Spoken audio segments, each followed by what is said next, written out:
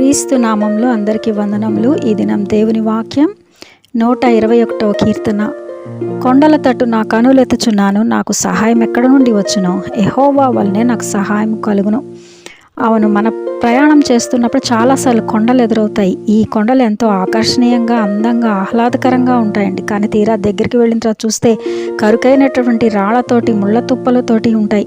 ఎక్కడానికి ఎంతో కష్టతరంగా ఉంటుంది. అలాగే మన జీవిత ప్రయాణంలో కూడా చాలాసార్లు ఉన్నతమైన వ్యక్తులు, పలుకుబడి కలిగిన వారు, ఎంతో ఉన్నత స్థానంలో ఉన్నవారు మనకు ఎదురవుతుంటారు. మనం అనుకుంటాం వీళ్ళు మనకేమైనా సహాయం చేయగలరేమో అని వారిని ఆశ్రయిస్తూ ఉంటాం. కానీ మనుషుల సహాయం వ్యర్థమని దేవుడు చెప్తున్నాడు. అయితే ఈరోజు దేవుడు చెప్తున్నాడు, నేను సహాయం చేసేవాడును, మీ చేయి పట్టుకొని నడిపిస్తానని చెప్తున్నాడు. అది ఎటువంటి వ్యాధైనా, ఎటువంటి భారమైన వాటన్నిటిలోంచి బయటికి తీసుకుని వచ్చేటువంటి గొప్ప దేవుడు మన దేవుడు. ఆయన వైపు చూద్దాము.